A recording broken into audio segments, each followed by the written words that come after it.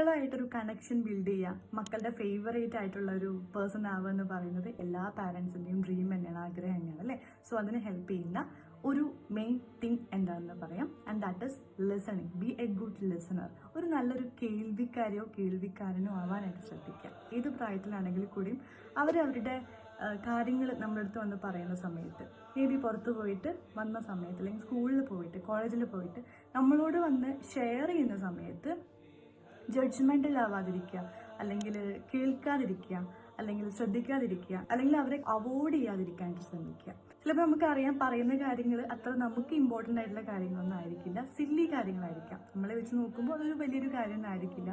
ഉമ്മ, ഞാൻ അവരെ കണ്ടു, അവരെന്നോട് ഇങ്ങനെ സംസാരിച്ചു, ആ കുട്ടി എന്നെ ഇങ്ങനെ പറഞ്ഞു, അല്ലെങ്കിൽ ഫുട്ബോൾ കളിക്കുമ്പോൾ ഇങ്ങനെ അടിച്ചു, അങ്ങനെ അടിച്ചു. വളരെ സിമ്പിൾ ആയിട്ടുള്ള സില്ലി ആയിട്ടുള്ള കാര്യങ്ങളായിരിക്കാം പറയുന്നുണ്ടാവുക, അങ്ങനെ ആയിരിക്കും നമുക്ക് തോന്നുന്നുണ്ടാവുക.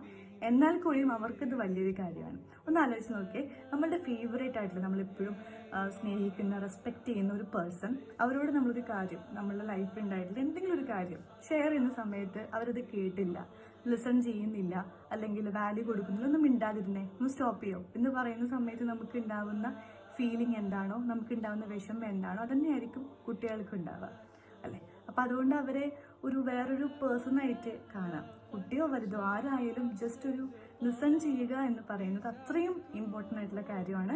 എന്നെ കേൾക്കാനായിട്ട് എൻ്റെ പാരൻസ് ഉണ്ട് എന്നുള്ള ഫീലിംഗ് അവർക്ക് ഉണ്ടായാൽ തന്നെ ഡെഫിനറ്റ്ലി നിങ്ങളും കുട്ടികളായിട്ടുള്ള കണക്ഷൻ സ്ട്രോങ് ആയി വരികയേ ചെയ്യുള്ളൂ.